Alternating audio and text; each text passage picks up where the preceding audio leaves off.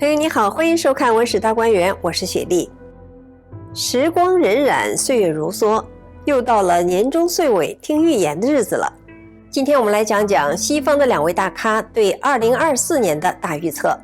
一位就是16世纪的法国先知诺查丹马斯，他是常年稳坐西方占星家和预言家排行榜的第一把交椅。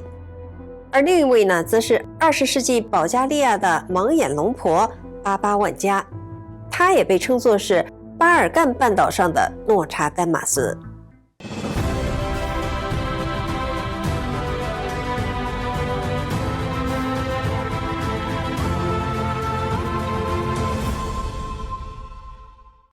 诺查丹马斯这个名字的含义是圣母的米迦勒，也就是圣母的大天使。看来呀，他一出生就带有神的使命了。他的预言来自神的指示。我们在以前的节目中已经介绍过诺查丹马斯的传奇人生。他是一名医师，也是一位占卜师。他通过一面古老的魔镜，穿透了时光的隧道，看到了未来世界的景象。他把那些景象用4行诗的形式描述下来，为后世留下了诸世纪。人们每每遇见了大事，回过头来一看，都能在这本书中找到对应的预言。比如法国大革命、拿破仑兴起、希特勒崛起、共产主义运动、911事件、新冠变种病毒、去年英国女王去世和眼下的生活成本危机等等。可以说，诸世纪是经过了时间的考验，数百年来经久不衰，如今仍然在印刷，在欧洲被誉为是第2部圣经。诺查丹马斯也赢得了一批又一批的铁杆粉丝。那么诺查丹马斯是如何展望2024年的呢？世界会有重大事件发生吗？下面是一些主流媒体的分析家们解读出的一些关于明年的预测，仅供大家参考。对于2024年，诺查丹马斯的一个主要的预测是关于一个王室的戏剧性的事件。他提到群岛之王被武力驱逐，被迫放弃王位。尽管预言诗中没有提及是哪一位国王，但是一些专家认为他可能指的是英国的国王查尔斯3世。诺查丹马斯预言一书的作者马里奥·雷丁认为，英国人已经厌倦了查尔斯和他的第2任妻子卡米拉，他们会因为持续遭到攻击而下台。诺查丹马斯在诗中这样写道，因为他们不同意他离婚，一个后来被他们认为不值得的人，人们将驱逐群岛之王，取而代之的是一个没有国王印记的人。一个没有国王印记的人，难道这是在暗示接班的新国王可能会给王室带来某种程度的骚乱吗？诺查丹马斯预言了明年爆发海上冲突。他在一首以战斗和海战情景开头的4行诗中写道，红色对手将因恐惧而变得苍白，大洋也无法平静下来。这红色对手是指共产主义中国吗？一些主流媒体是这样解读的，他们认为有这种可能性，大洋可能是印度洋，这场冲突将在海上发生。诺查丹马斯或许是在暗示亚洲的冲突日益加剧，红色对手与西方和北约的新冷战甚至热战的可怕场景，一切皆有可能上演。天主教教皇方济各将于明年迎来88岁的生日，但是诺查丹马斯预测这将是他的最后一次寿辰。这位天主教的领袖可能会在明年去世。诺查丹马斯在诗中这样写道，随着老教皇的去世，一位年长的罗马人将被选出。明年是否会选出新教皇还有待观察。但是今年早些时候有报道称，教皇确实出现了一系列的健康问题。诺查丹马斯预言的这个主题对天主教会来说可能不是一个好兆头。诺查丹马斯接着说，新领导人将削弱他的视野，他将长期担任教皇。削弱的确切含义当然还有待商榷，他的意思是教会的影响力会以某种方式减弱，还是会出现更大的丑闻？罗马教廷是否会发生变革？时间终会证明一切。其实不需要诺查丹马斯说，我们也知道气候灾难正在发生。猛烈的风暴、蔓延的野火和各种极端天气。但有趣的是，他似乎在几个世纪前就预见到了这些末日场景。他在一首诗中预言，干燥的土地将变得更加干燥，并且将会发生大洪水。在其他诗句中，他警告说，瘟疫浪潮将导致非常大的饥荒，这让一些分析人士感到担心。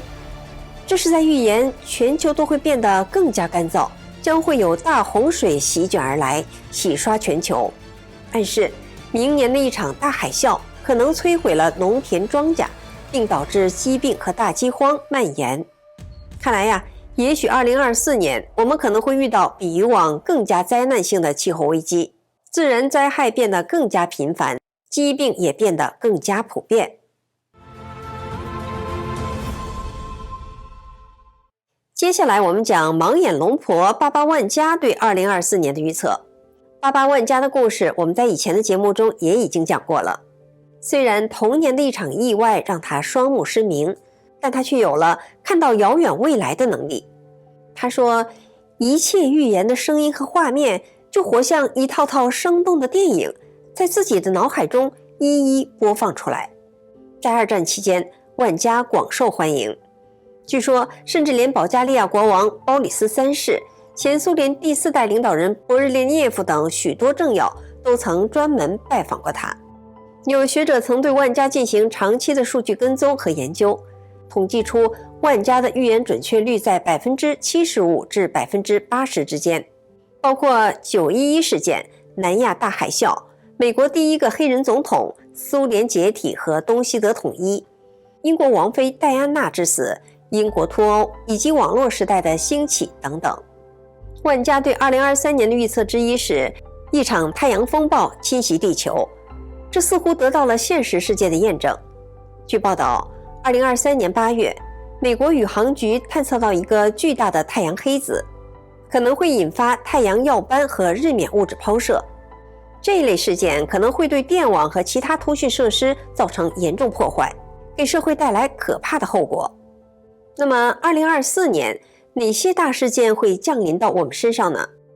下面也是主流媒体总结的万家对明年的一些预测，还是仅供大家参考。太阳耀斑并不是万家心灵雷达上唯一的天文现象，它还预测了一个更令人难以置信的事件：地球轨道的改变。太阳系中天体的轨道改变通常是在很长一段时间内以非常渐进的方式发生的。任何激进的变化都会给我们所有人带来灾难性的结果。想想，气候被破坏，辐射水平飙升，以及全方位的混乱，人类怎能招架得住？此外，这位千里眼还预见到明年将会有可怕的天气事件和自然灾害。万家预感到俄罗斯总统普京明年将被俄罗斯人暗杀。克里姆林宫不断否认有关普京患有癌症的猜测，并驳斥有关他的健康状况正在恶化的说法。万家预测，恐怖分子的目标是欧洲，他们将在欧洲发动更多的恐怖袭击。他还声称将有一个大国进行生物武器试验或袭击。万家表示，明年将会出现一场巨大的经济危机，影响全球经济。他强调了几个影响因素，包括债务水平上升、地缘政治紧张局势进一步加剧，以及经济力量从西方向东方转移。